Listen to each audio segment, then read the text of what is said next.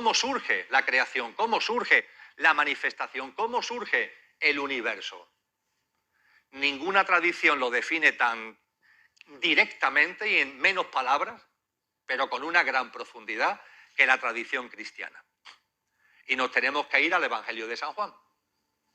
Muchos sabéis que el Evangelio de San Juan, el más místico de los evangelios, entre comillas, oficiales, comienza diciendo, capítulo 1, versículo 1, al principio fue el verbo. Al principio fue el verbo. Y el verbo era Dios. Y el verbo estaba con Dios. Este es el arranque del Evangelio de San Juan. El Evangelio de San Juan nos remite a el verbo.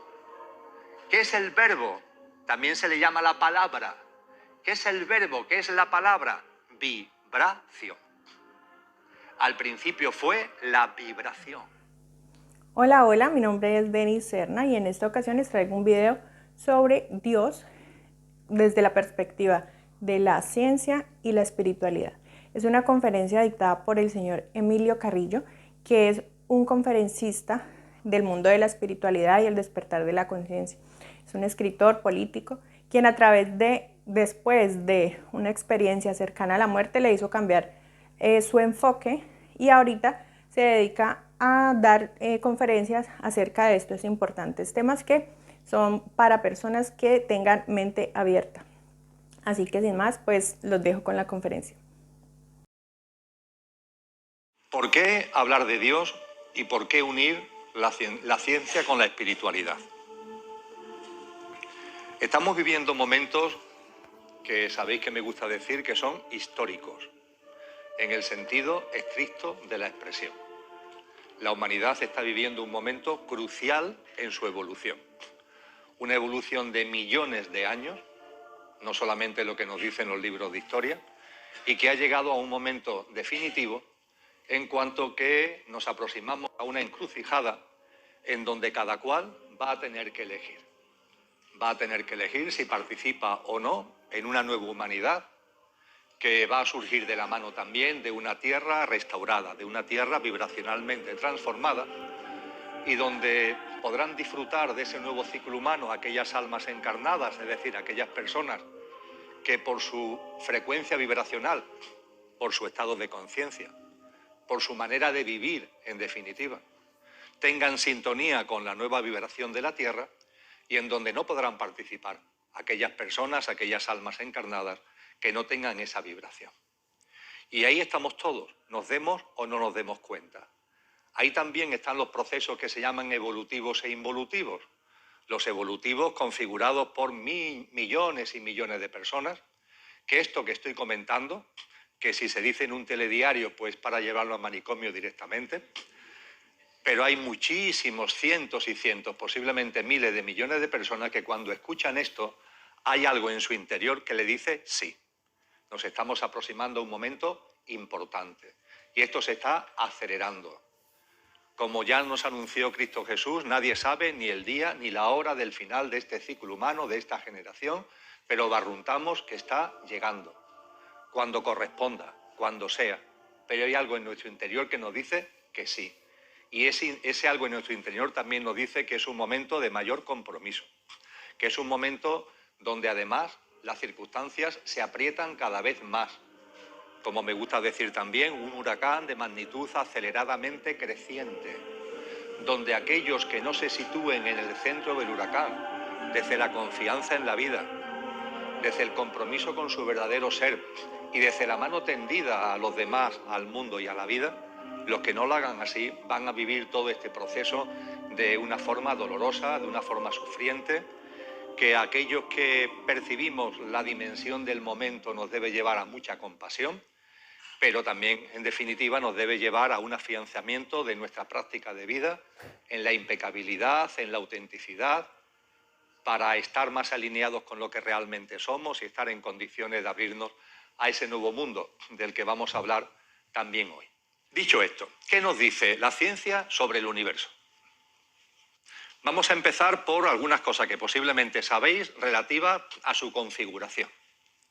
Por ejemplo, la edad. ¿Qué edad tiene el universo? En números redondos, en números aproximados, 14.000 millones de años.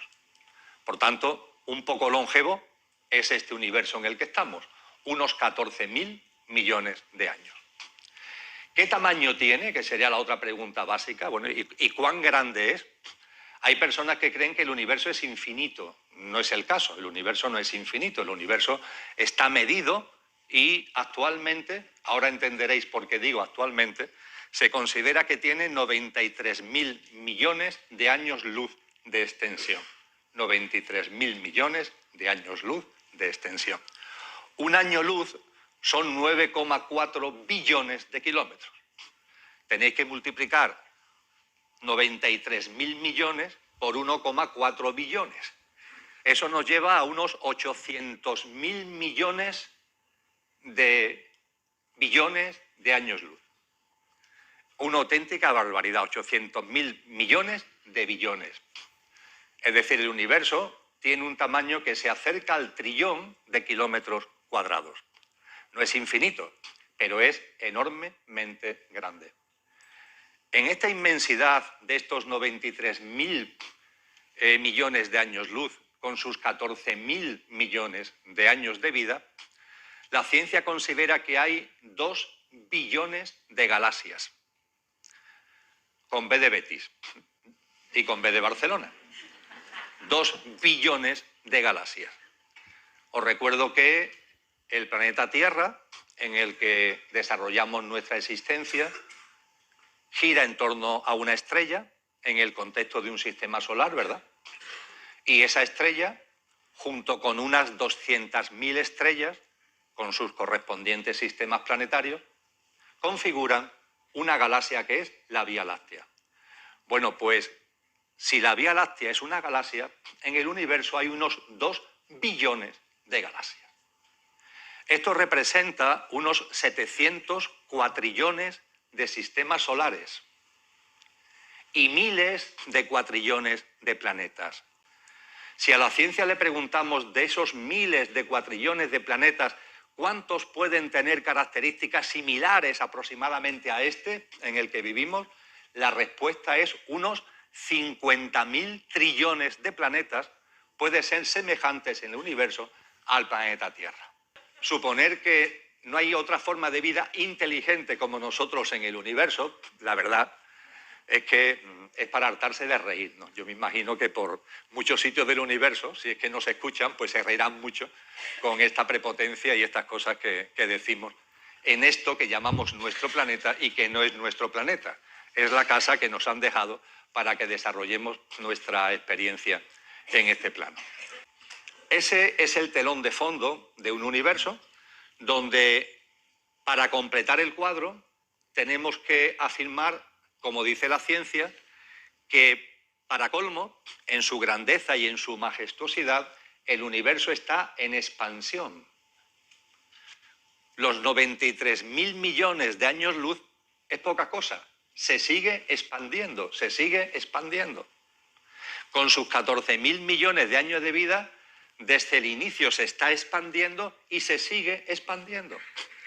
Y la ciencia cree que se va a seguir expandiendo otros 10 o 15.000 millones de años. Es el postulado actualmente más asentado en la astrofísica.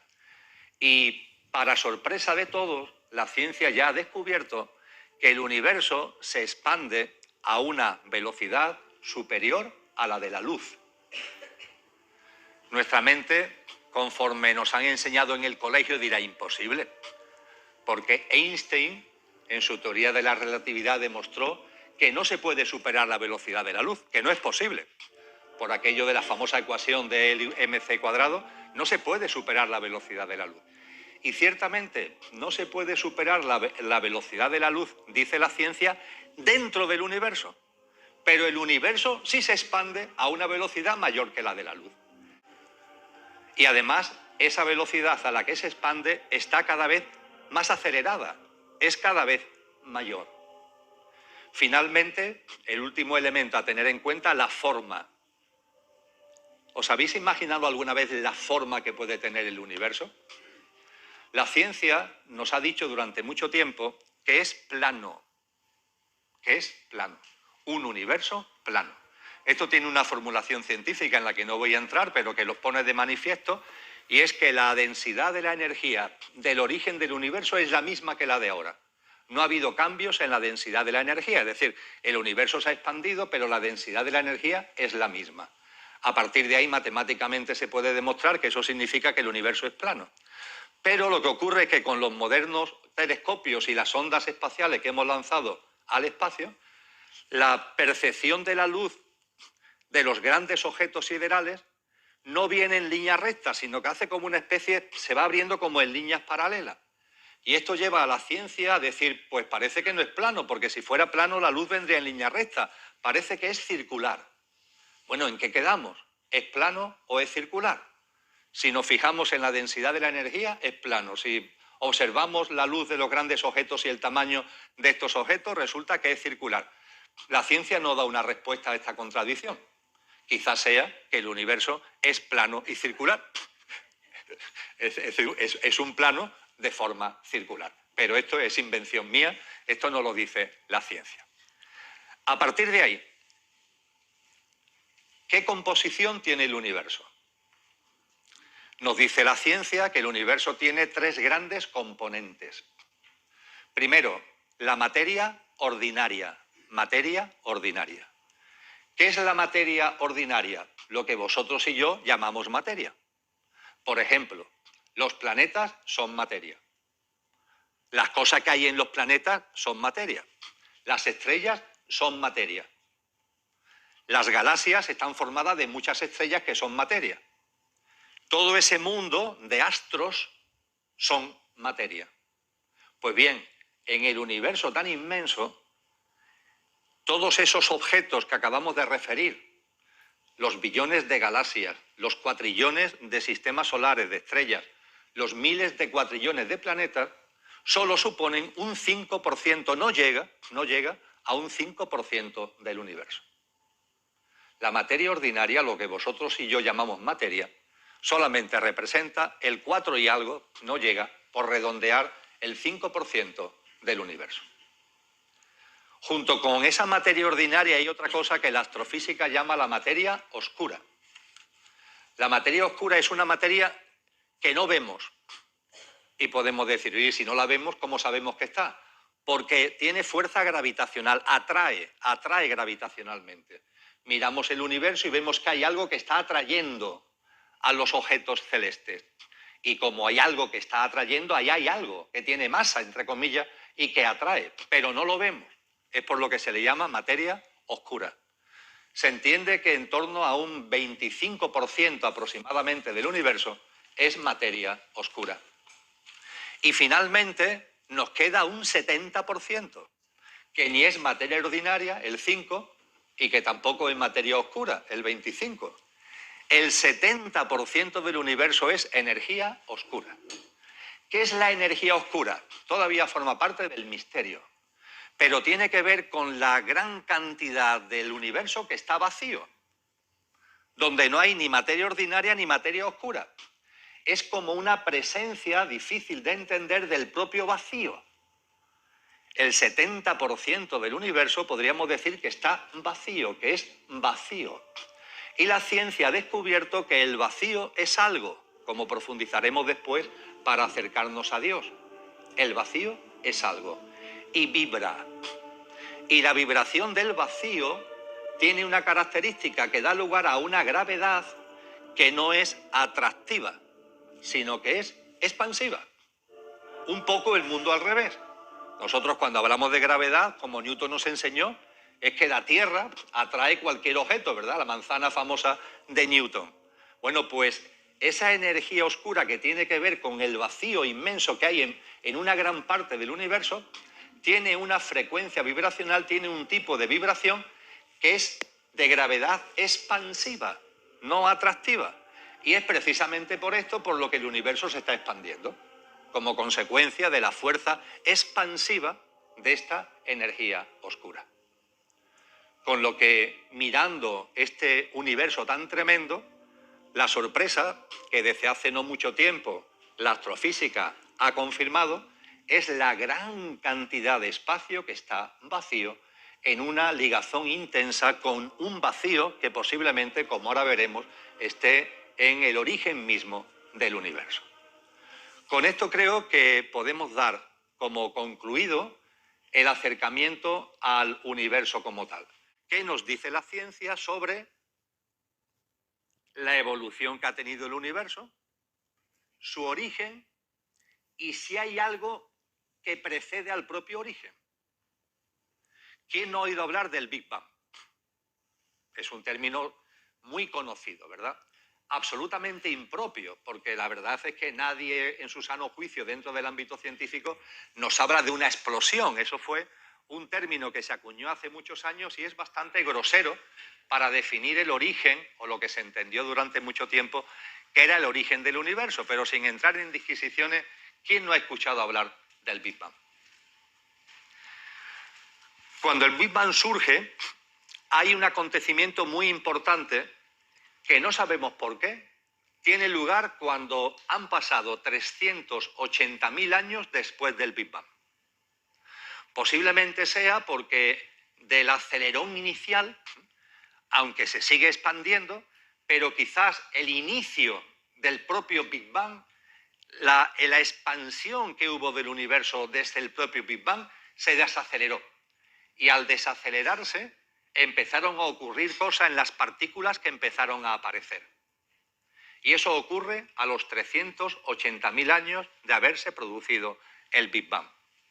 Por ejemplo, hoy sabemos que el universo, en muchas zonas del mismo hay luz. Las estrellas que vemos, que nos llegan a nosotros, hay luz en el universo. Eso se debe a que los fotones, las partículas de luz, están libres. Se cree que hasta los 380.000 millones de años la configuración de ese universo primigenio, de ese universo primitivo, no daba libertad a los fotones. Es como si los fotones estuvieran agarrotados, con lo cual durante 380.000 años el universo fue absolutamente oscuro, no había luz en él. Lo que hoy llamamos partículas ya estaban ahí, una sopa de partículas, pero aún no se habían formado los átomos. Todo eso empieza a suceder a partir aproximadamente de 380.000 millones de años.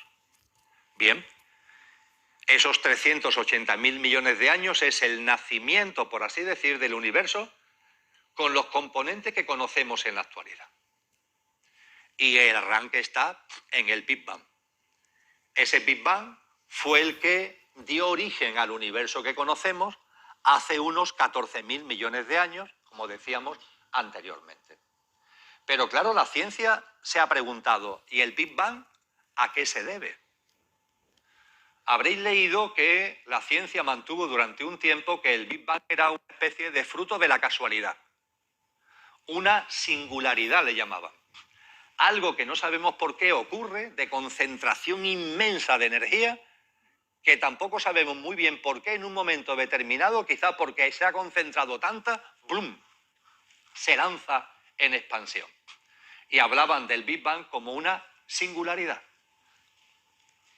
Con todos los perdones, esto es como decir, no tenemos ni idea y vamos a ponerle un nombrecito para quedar bien. Pero claro, han ido pasando los años. Lo que llevamos de siglo XXI, desde el punto de vista de la astrofísica, ha sido fundamental. Y desde el final del siglo XX y lo que llevamos del siglo XXI, ya la astrofísica, preguntándose de dónde diantres viene el Big Bang, ha llegado a plantear que efectivamente hay algo antes que el Big Bang. El Big Bang no surge por casualidad. No es una singularidad, no, tiene una razón de ser. A la razón de ser del Big Bang se le llama inflación cósmica. Lo podéis encontrar, es un término que aparece mucho en las redes, por supuesto lo tenéis en Wikipedia, la inflación cósmica. ¿Qué es la inflación cósmica? Pues la inflación cósmica es, permitirme la expresión absolutamente coloquial, una especie de globo que se hincha como si fuera un grano que le sale al vacío. Es decir, hay un vacío y a ese vacío le sale una especie de grano, se infla en una zona del vacío, se infla un globo inmenso y a ese globo inmenso se le llama inflación cósmica. Y se nos dice que ese globo inmenso en su seno no había las partículas que conocemos hoy. Había una especie de prepartículas que la ciencia denomina inflatones. Y dentro de la inflación cósmica hay un recalentamiento una vez que el globo se ha hinchado y ha llegado ya al límite del globo. En el seno de la inflación cósmica se produce un recalentamiento y el recalentamiento es lo que origina el Big Bang. El Big Bang es el hijo del recalentamiento que tiene lugar en el contexto de una inflación cósmica que, repito, es como un globo inmenso que se infla y que una vez que se ha inflado en su seno se produce el recalentamiento. Bien, a partir de ahí miramos a la astrofísica y le decimos muchas gracias. Ya sabemos que antes del Big Bang estuvo la inflación cósmica y que el recalentamiento en su seno origina el Big Bang. Pero, ¿qué produce la inflación cósmica? Porque volvemos otra vez a hacernos una pregunta porque seguimos sin respuesta. Bien, ya sabemos de dónde viene el Big Bang, pero si el Big Bang viene de la inflación cósmica, ¿esa inflación a qué se debe? La astrofísica también nos ha dado una respuesta ya. Y ya estamos como acabando el cuadro, porque nos dice la inflación cósmica es consecuencia de una fluctuación del vacío. Hay un vacío preexistente. La expresión de la astrofísica es un campo en estado de vacío. Hay un vacío preexistente, también se dice que es un vacío cuántico, en cuyo seno, en una zona de ese vacío preexistente, hay una vibración y esa vibración es la que origina en una zona que le salga un grano a ese espacio vacío y ese grano es la inflación cósmica. Con lo que la ciencia nos dice que antes del Big Bang estuvo la inflación cósmica y antes de la inflación cósmica la vibración, la fluctuación del vacío. Pero claro, aunque categóricamente no se atreve a afirmarlo, porque sería empezar a acercarnos demasiado a lo trascendente y esto a la ciencia todavía le cuesta trabajo, esa fluctuación del vacío quiere decir que hay un vacío previo, que hay algo previo que vibra, hay algo previo que vibra. Y de ahí que ese algo previo es el vacío y la vibración del vacío, la fluctuación del vacío, es lo que da origen a la inflación cósmica y da origen al universo, al Big Bang, que ocasiona el universo tal como conocemos en la actualidad. Para los que tengáis más interés al respecto, voy a ser en esto muy esquemático.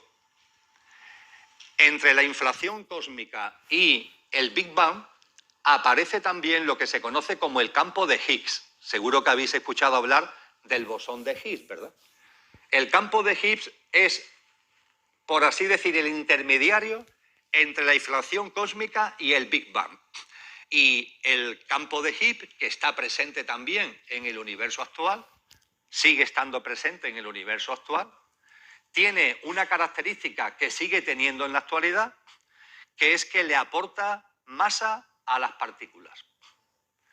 El campo de Higgs, que surge, insisto, como intermediario entre la inflación cósmica y el Big Bang, es como un espacio, imaginaros esta sala, evidentemente estamos hablando de escalas absolutamente distintas, pero imaginaros que en esta sala, conforme vamos andando por ella, engordáramos más.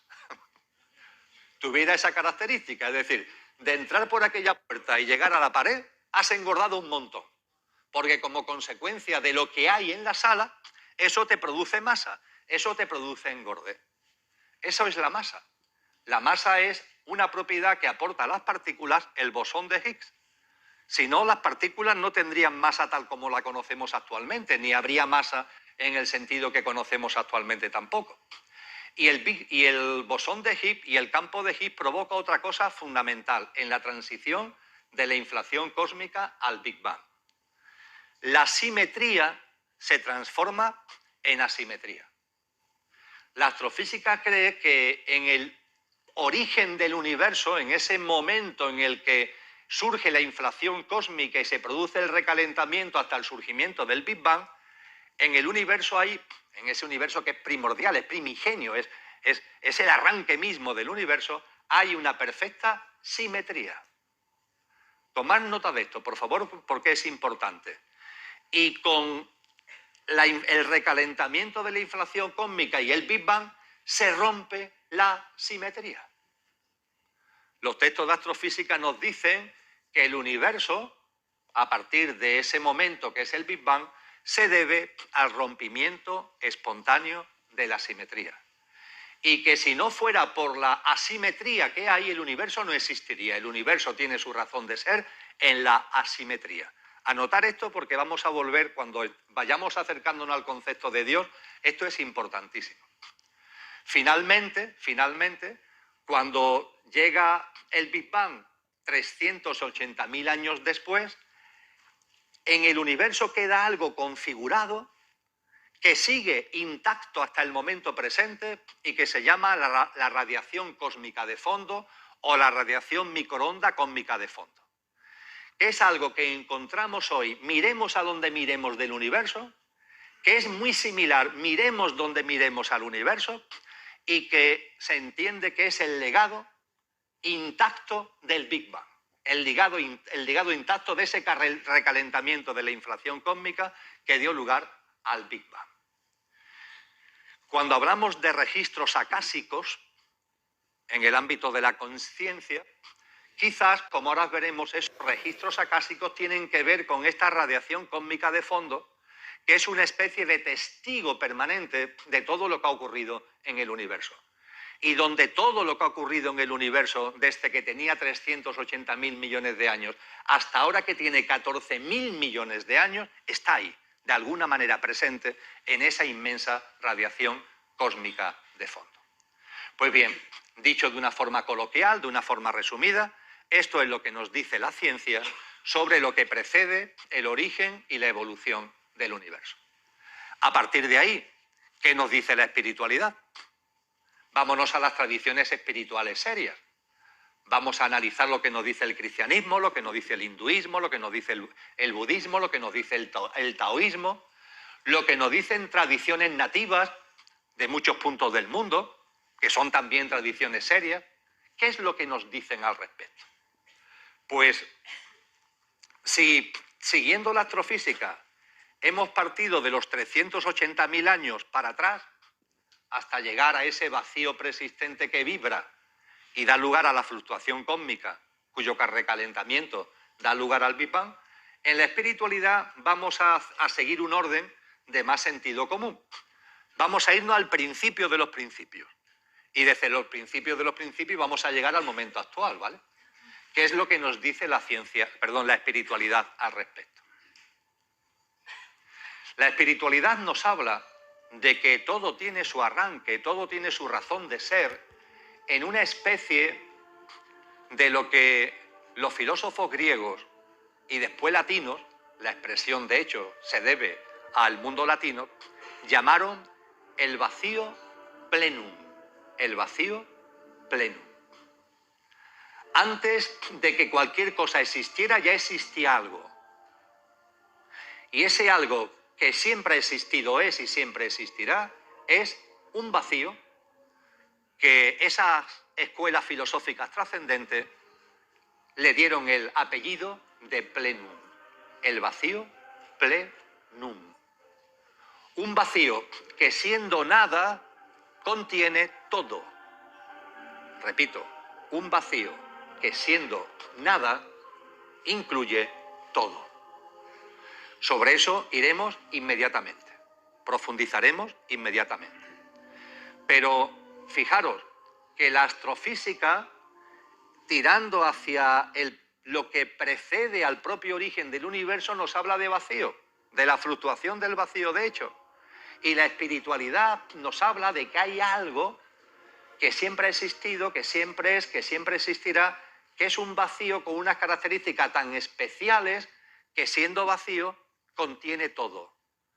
Pero contiene todo en simetría, en equilibrio. De modo y manera que como está todo en equilibrio es como si no existiera. Se tiene que romper el equilibrio para que aparezca la creación, para que aparezca la materia, para que aparezcan las formas. La asimetría de la que habla la ciencia. Pero la importancia de este hecho, la importancia de este concepto, la importancia del vacío plenum merece que dentro de 5 minutos volvamos a él más detenimiento, ¿vale? Pero en cualquier caso, en lo que ahora corresponde, la espiritualidad nos habla de un vacío plenum que siempre ha sido, que siempre es y siempre será. Dicho esto, de ese vacío que es nada, pero a su vez contiene todo en perfecto equilibrio y simetría, ¿cómo surge la creación? ¿Cómo surge la manifestación? ¿Cómo surge el universo?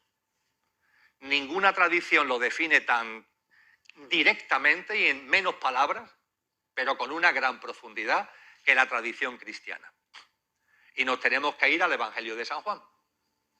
Muchos sabéis que el Evangelio de San Juan, el más místico de los evangelios, entre comillas, oficiales, comienza diciendo, capítulo 1, versículo 1, al principio fue el verbo. Al principio fue el verbo. Y el verbo era Dios. Y el verbo estaba con Dios.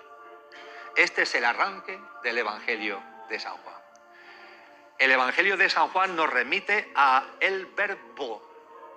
¿Qué es el verbo? También se le llama la palabra. ¿Qué es el verbo? ¿Qué es la palabra? Vibración. Al principio fue la vibración. Y fijaros, la vibración era Dios. ¿Por qué? Porque es la vibración del propio vacío. No es una vibración que pasara por allí, no es la vibración del propio vacío. Por eso al principio fue el verbo y el verbo era Dios y el verbo estaba con Dios, porque es la propia vibración de ese vacío. Y es la vibración de ese vacío plenum lo que desencadena la creación.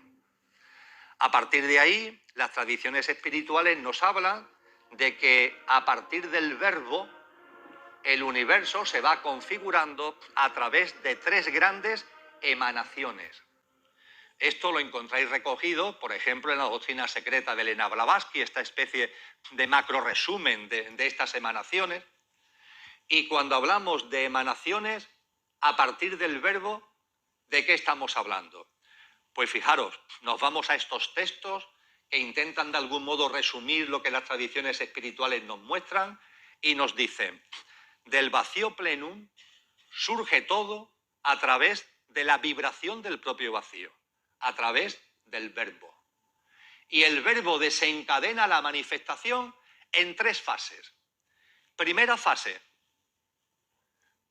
En el libro, creo que nuestro amigo francés, que ha hecho una labor preciosa de adentrarse en él y ajustar los términos, creo que finalmente le cambiamos la denominación y lo llamamos el huevo de la creación, creo recordar.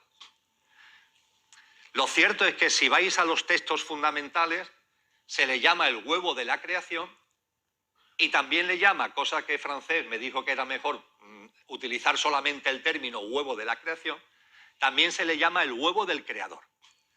Pero eso del huevo del creador no quedaba muy bien en el texto. ¿Qué es el huevo del creador o el huevo de la creación? Pues lo que se nos dice es que sobre el vacío plenum preexistente, el verbo en una zona de ese vacío origina un huevo. Un huevo, sí. No lo llaman globo, pero lo podrían haber llamado globo. Una hinchazón. Lo mismo que nos dice la astrofísica con la inflación cósmica. Exactamente igual. Eso sí, en las tradiciones espirituales se le da un nombre un poco más poético.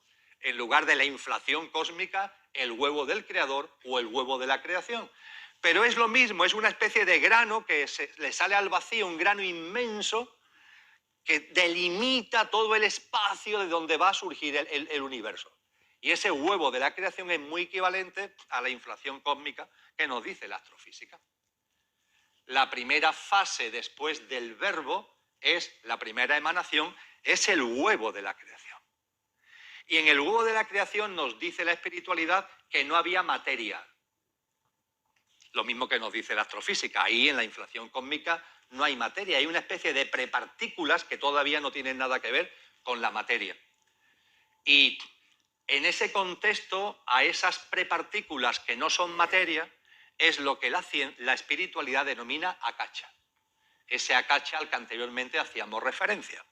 Akacha es la sustancia que configura, como consecuencia de la vibración, como consecuencia del verbo del vacío, Ese globo tiene como sustancia Akacha.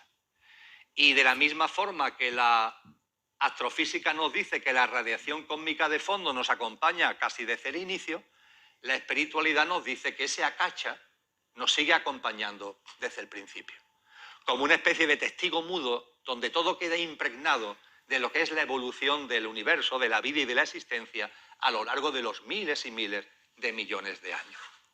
En la primera emanación no hay materia, hay una sustancia que se conoce como Akacha y por supuesto está la presencia de ese verbo que ha surgido del vacío, que está originando todo ese proceso. Segunda fase dentro de la lógica espiritual. Vacío plenum, el verbo. A partir de ahí, primera emanación, el huevo de la creación que hemos comentado. Segunda emanación, en el huevo de la creación se produce una reverberación. La astrofísica nos decía, recordar, que en la inflación cósmica se produce un recalentamiento. La espiritualidad nos dice, en el huevo de la creación se produce una reverberación. Y esto de la reverberación es muy bello porque nos dicen los maestros. Ha surgido un huevo de la creación, ese globo del que nos habla la ciencia, como consecuencia de que el vacío vibra y la vibración del vacío en una zona, el verbo, da lugar a esa inflación. Ese verbo tiene una frecuencia vibracional pura y primigenia. Y es Dios, como dice San Juan, el Evangelio de San Juan. El verbo era Dios y el verbo estaba con Dios. ¿Por qué? Porque es la vibración del verbo. Perdón, es la vibración del vacío. Las palabras que están saliendo de mi boca soy yo, ¿verdad? ¿Alguien lo pone en duda? El verbo que está saliendo de mi boca, la vibración que está saliendo de mis cuerdas vocales, soy yo, ¿verdad? El verbo es Dios porque es la vibración del vacío. De la misma forma que las palabras que salen de nuestra boca somos nosotros. Ahora bien, si esta sala estuviera vacía, que no lo está obviamente, si esta sala estuviera vacía y yo digo A, ¿qué pasaría en esta sala? Que por algún rincón escucharíamos el eco. Cuando hay algo vacío y lanzamos un sonido, se produce un eco. De tal forma que si yo digo A, en aquella esquina a lo mejor escucharíamos A. Esto es la reverberación. Y esta es la explicación espiritual de las dimensiones. Porque el verbo es de la frecuencia altísima del Padre, es de la frecuencia altísima del vacío. Pero la reverberación, el eco, ya no tiene su misma frecuencia vibracional. Y es más, conforme va desarrollándose el eco, el sonido es menor, ¿verdad? La intensidad de la vibración es menor. La espiritualidad nos dice que cuando aparece el verbo y a partir del verbo se pone en marcha el universo tiene dimensiones. Y las dimensiones serían como una piedra que cae en el agua y le empiezan a salir círculos concéntricos. Cada círculo concéntrico sería un A. Y cada nuevo círculo concéntrico es de menor intensidad que el anterior, de menor frecuencia vibracional que el anterior. Es decir, cada nuevo círculo concéntrico es más denso que el anterior. Esas son las dimensiones, que hay muchas en el universo, la ciencia no se pone de acuerdo cuántas hay, pero se sabe que hay en el universo distintas bandas vibracionales, más puras y más densas. Las más puras estarían más cerca a lo que fue ese impacto del verbo y las más densas, las que se han ido desplegando como el eco a partir de ese verbo inicial. Con lo que el recalentamiento del que nos habla la ciencia, que dentro de la inflación cósmica produce el Big Bang, desde el punto de vista de la espiritualidad, se habla de una reverberación. La reverberación, para utilizar un término que también os suena, que produce el verbo, que produce el om. Habéis escuchado hablar del célebre om, ¿verdad? Dicho con sonoridad vibracional y profundo, ¿verdad? ¿Quién no ha oído hablar del om? El om es, en la terminología oriental, el verbo cristiano. Es lo mismo. El verbo del Evangelio de San Juan es el Om oriental.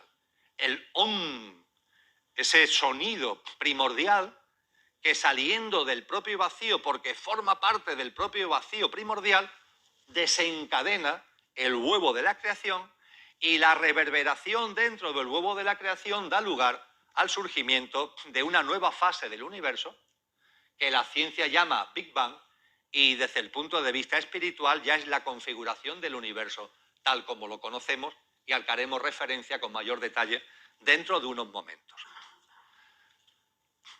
Lo que para la ciencia es algo que todavía no acepta, una especie de vacío preexistente, un campo en estado de vacío, un vacío cuántico, que vibra y que su fluctuación, la fluctuación del vacío, desencadena la inflación cósmica. Dentro de la inflación cósmica se produce un recalentamiento. Ese recalentamiento da lugar al Big Bang. Y cuando han pasado unos 380.000 millones de años del Big Bang, ya se dan las circunstancias para que aparezca la materia y sus formas, tal como nosotros los conocemos. En la espiritualidad, eso sí, mucho antes, se nos dice algo extremadamente parecido. Hay un vacío plenum, el vacío plenum vibra, la vibración del vacío se llama verbo, el verbo desencadena un proceso que da lugar, en primer lugar, al huevo de la creación. Dentro del huevo de la creación, cuya sustancia es acacha, hay una reverberación que da lugar al universo con todas sus dimensiones, y esa reverberación da lugar efectivamente a lo que llamamos universo, donde ya la materia se va diferenciando y la materia va adquiriendo forma y la materia va poco a poco, hasta esos 380.000 millones de años iniciales, tomando cuerpo de la forma que hoy conocemos.